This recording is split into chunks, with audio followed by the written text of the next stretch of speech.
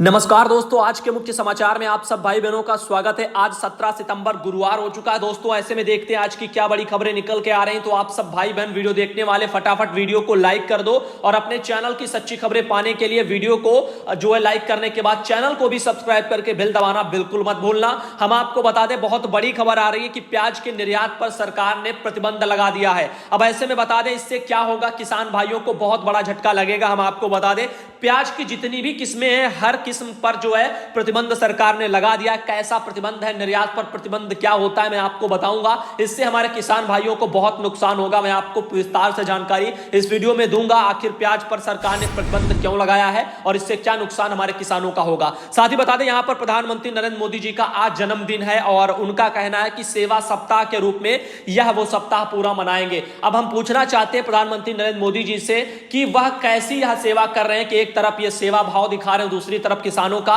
जो प्याज है उस पर प्रतिबंध आपने पूरी तरीके से लगा दिया है निर्यात पर। अब जब बिकेगा नहीं प्याज तो कैसे किसान भाइयों को उनका पैसा मिल पाएगा, सही कीमत मिल पाएगी। तो हम आप लोगों को विस्तार से इस वीडियो में जानकारी देंगे। आप सब भाई बहन पूरा वीडियो अंत तक जरूर देख करके जाना, वीडियो में बने रहना। साथ ही आपको बता दें एक बड़ी और खबर आ रही है कि यूपी जो पंचायत चुनाव है 2020, यहां पर दोस्तों आपको बता दें क्या क्या प्रक्रिया चल रही है और यहां पर बहुत से आपकी पंचायतें जो है वो खत्म हो सकती है, बहुत से प्रधानों के पद समाप्त हो सकते हैं। इसके बारे में क्या जानकारी आ रही है वो बताएंगे। साथ ही कुछ राज्य ऐसे भी हैं जहां पर पंचायत चुनाव को लेकर के दोस्तों डेटें भी आ गई, यानी तारीख भी आ गई। आप लोग ये कह सकते हो कि किस तारीख में कहां पर वोट पड़ेंगे, कितने चरणों में पड़ेंगे। तो पूरी तारीखें भी कुछ राज्यों ने घोषित कर दी हैं। आप लोगों को विस्तार से जानकारी हम इस वीडियो में देंगे, बने रहिए हमारे साथ। साथ ही बता दें टिकटॉक चलाने वाले जितने भी भाई बहन हैं उन लोगों के लिए एक बड़ी खुशखबरी हम आपको देने वाले हैं आज। यहां पर बड़ा फैसला टिकटॉक कंपनी ने लिया है और आप लोगों को इतना हम आसरा उम्मीद दिला दे कि शायद आने वाले भविष्य में टिकटॉक फिर से भारत में आ सकता है।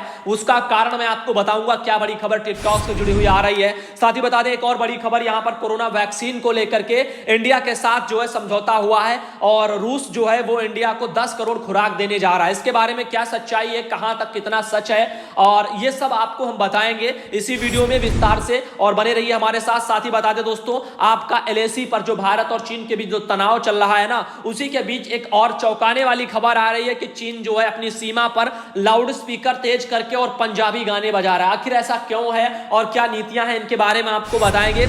साथ ही आपको बता दें यहां पर खबरों की तरफ हम बढ़ रहे हैं। आप लोग ध्यान दीजिए, यूपी पंचायत चुनाव के बारे में हम लोग पहले डिस्कस कर लेते हैं और किसान भाइयों के प्याज पर भी आज हम बात करने वाले हैं कि आखिर निर्यात पर प्रतिबंध का मतलब क्या है और क्यों सरकार ने लगाया है, नुकसान हमारे भाइयों को कितना होगा। यहां पर बता दें आपको इस बार कम से कम बताया जा रहा है, इस बार कम हो सकते हैं लगभग 550 ग्राम प्रधान के पद। तो ये पद क्यों हट जाएंगे, कैसे हट जाएंगे, हम आपको बता दें। यूपी में इस बार गांव की सरकार सिमट जाएगी। वर्ष 2015 में हुए पंचायत चुनाव के बाद राज्य में कोई नई ग्राम पंचायत तो गठित हुई नहीं है, बल्कि सैकड़ों पंचायतें पूर्णतः या आंशिक रूप से शहरी क्षेत्रों में जाकर के शामिल कर ली गई हैं। ऐसे में इस बार ग्राम प्रधान के पद भी समाप्त हो जाएंगे। ये ग्राम प्रधान के पद ठीक उसी तरह समाप्त हो रहे हैं जैसे आप लोग सुनते आ रहे हो कि केंद्रों को एक दूसरे में मर्ज कर दो। जैसे बिहार में आपने सुना आंगनबाड़ी केंद्रों को दूसरे पास वाले आंगनबाड़ी केंद्रों में मर्ज कर दो। जहां पर बच्चे कम आ रहे हैं वहां के बच्चों को पास वाले केंद्रों में भेज दो और एक आंगनबाड़ी केंद्र हटा दो। सेम ऐसे ही होता है मर्ज करना आपका ग्राम प्रधानों को। जैसे जैसे देखो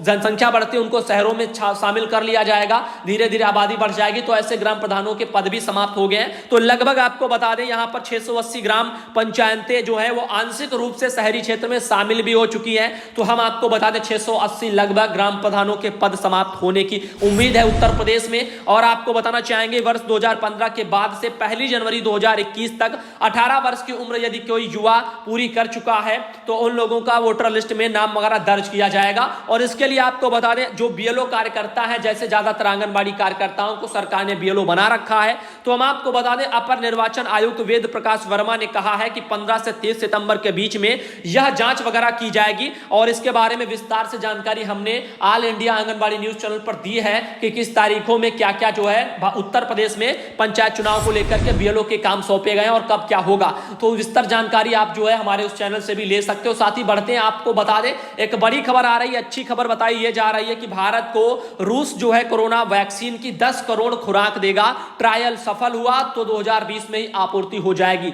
इसमें कितनी सच्चाई है और कहां तक सच्चाई है, क्योंकि फेसबुक, व्हाट्सएप, इस तरह से आप लोगों को बहुत कुछ मिलता रहता है जिसमें आधा जो है सच होता है, आधा झूठ होता है। अब आपको अखबारों में भी निकल जाएगा, लेकिन समझना यदि आता नहीं है तो आप समझ नहीं पाओगे। हम आपको बता दें, रूस के द्वारा बनाई गई जो वैक्सीन है वो पूरी तरीके से सुरक्षित नहीं है। कहने का मतलब है पूरी तरीके से सफल नहीं है, और इसीलिए उन्होंने 2 ही ट्रायल किए थे, जबकि 3 ट्रायल वाली तमाम देशों ने जो है वैक्सीनें बनाई है। और इनसे यानी रूस से बढ़िया तो अन्य देशों में बनी हुई वैक्सीन है जिन पर काम चल रहा है, और रूस की यह वैक्सीन पर भी अभी काम ही चल रहा है। तो ये पूरी तरीके से इस पर निर्भर रहने की जरूरत नहीं है कि वैक्सीन आ जाएगी तो हम सब लोग निश्चिंत हो जाएं। आप लोगों को सावधानियां बराबर बरतनी है, और जो ये मीडिया में, सोशल मीडिया में आपको देखने को मिल रहा है, इस सब पर उतना भरोसा करो जितना सच है। और सच यही है कि रूस की वैक्सीन अभी पूरी तरीके से सफल नहीं है। इसका परीक्षण वगैरह सब होगा, अगर ठीक रही तो सब ठीक है, वरना कुछ भी ठीक नहीं है। तो आगे बता दें, अमेरिका में ही रहेगा दोस्तों टिकटॉक का वैश्विक मुख्यालय।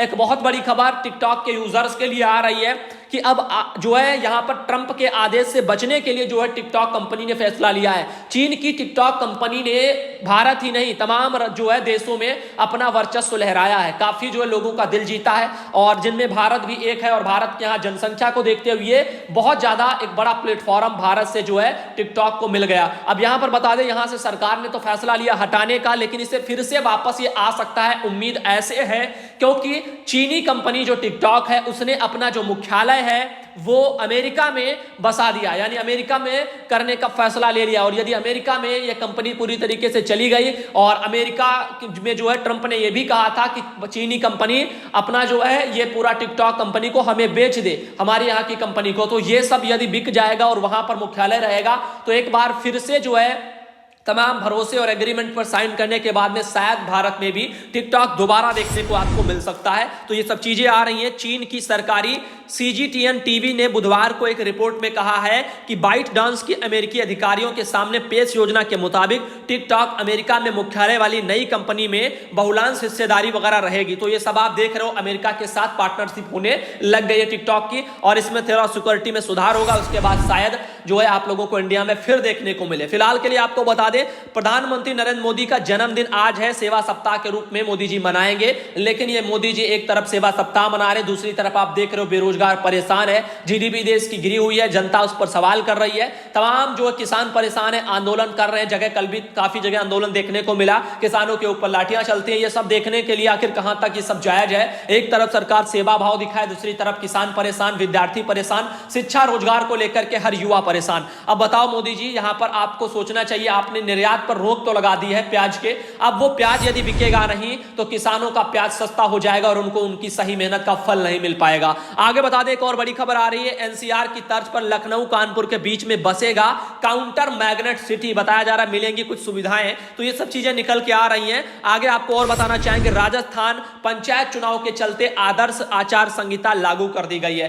तो राजस्थान से बड़ी खबर आ रही है, ग्राम प्रधानी यानी पंचायत चुनाव से जुड़ी हुई, यहां पर 4 चरणों में संपन्न होंगे आम चुनाव। तो राजस्थान में हम आपको बता दें 28 सितंबर को यहां पर जो है, यहां पर लिखा है राज्य में प्रथम चरण के पंचायती राज चुनाव जो है वो 28 सितंबर को हो रहे हैं। द्वितीय चरण चुनाव के लिए 3 अक्टूबर, तृतीय चरण चुनाव के लिए 6 अक्टूबर, और चतुर्थ चरण जो है चुनाव के लिए आपका 10 अक्टूबर को मतदान वगैरह राजस्थान में कराए जाएंगे ग्राम प्रधानी के। इसके बारे में जानकारी आ रही है, और आदेश के अनुसार राज्य के मंत्री चुनाव से संबंधित निर्वाचन क्षेत्र में चुनाव समाप्ति तक शासकीय दौरे पर नहीं जाएंगे, और साथ ही आचार्य जो है आदर्श संहिता, उसके दौरान भी मंत्री अगर चुनाव से संबंधित निर्वाचन क्षेत्रों में दौरा पर रहा तो सरकारी वाहन का प्रयोग नहीं कर सकेंगे, और साथ ही निजी वाहन का प्रयोग करते समय भी उसका सायरन आदि का प्रयोग नहीं करेंगे, ये बताया जा रहा है। साथ ही बता दें एक और बड़ी खबर, देहरादून में व्यापारियों ने लिया है अगले 3 हफ्ते शनिवार और रविवार को दुकानें बंद करने का निर्णय। एक और बड़ी खबर आ रही है उत्तराखंड के देहरादून से। साथ ही आपको बता दें सीमाएं दोस्तों खुल गई हैं हिमाचल की, मैंने आपको कल बताया था, और यहां पर आप आगे आज देख सकते हो कि पहले दिन ही बाहरी राज्यों से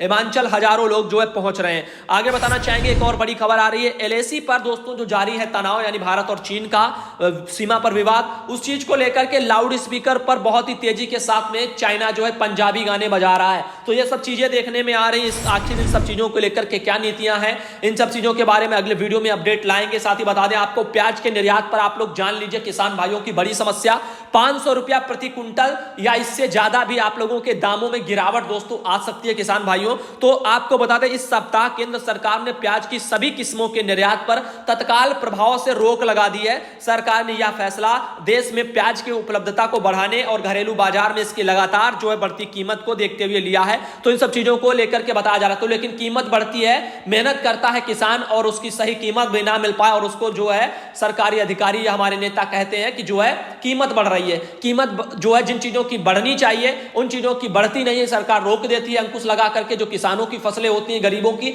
और बाकी जो बिजनेसमैनों की जो चीजें होती हैं, जो बनाती हैं कंपनियां, उनकी कीमत कम करनी चाहिए तो उनकी कीमत सरकार बढ़ाती चली जाती है। यह सब है जो है दोहरी नीतियां।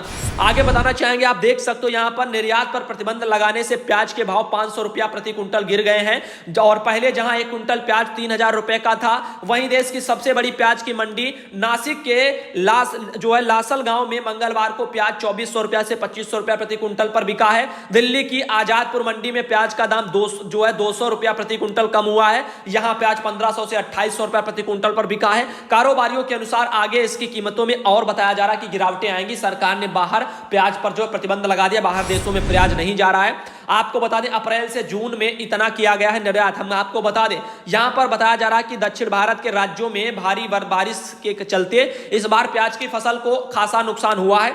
इसके चलते घरेलू बाजार में प्याज की कीमतें काफी बढ़ी हैं। भारत ने अप्रैल से जून के बीच में 19.8 करोड़ डॉलर के प्याज का निर्यात किया है। पिछले साल 44 करोड़ डॉलर के प्याज का निर्यात किया गया था। भारत से सबसे ज्यादा प्याज का निर्यात श्रीलंका, बांग्लादेश, मलेशिया और संयुक्त राज्य अमीरात वगैरह, यूएई वगैरह को किया जाता है। पिछले साल भी लगाया गया था प्रतिबंध। यहां पर बताया जा रहा है कि सितंबर 2019 में भी प्याज के निर्यात पर रोक पहले भी लगाई गई थी। उस समय मांग और आपूर्ति में बहुत ज्यादा अंतर आ जाने की वजह से प्याज की कीमतें आसमान छूने लगी थी। महाराष्ट्र जैसे प्रमुख प्याज उत्पादक राज्यों में बारिश और बाढ़ के चलते प्याज की फसल को भारी नुकसान हुआ। देखो प्याज खरीदेगा तो वो नौकरी वाला है, धंधे वाला खरीदेगा। गांव में किसान अपना खुद ही प्याज पैदा करता है और गरीब लोग, गरीब जनता कुछ पैदा करती है, फसल अपनी मेहनत करके, रात दिन पसीना खून सींच करके। उसके बाद में उनकी कीमतों को सरकार जो है कहती है कि बढ़ रही है, इनको कम करो, इनको कम करो। इनमें अंकुश सरकार लगाती है, लेकिन कारखानों से, फैक्ट्रियों से या अन्य तरीके जो सामान होते हैं बाहर की विदेशी जो कंपनियां शहरों में है, उनकी कीमतें बढ़ रही हैं, उन पर सरकार अंकुश बिल्कुल भी लगाने के लिए प्रयास नहीं करती।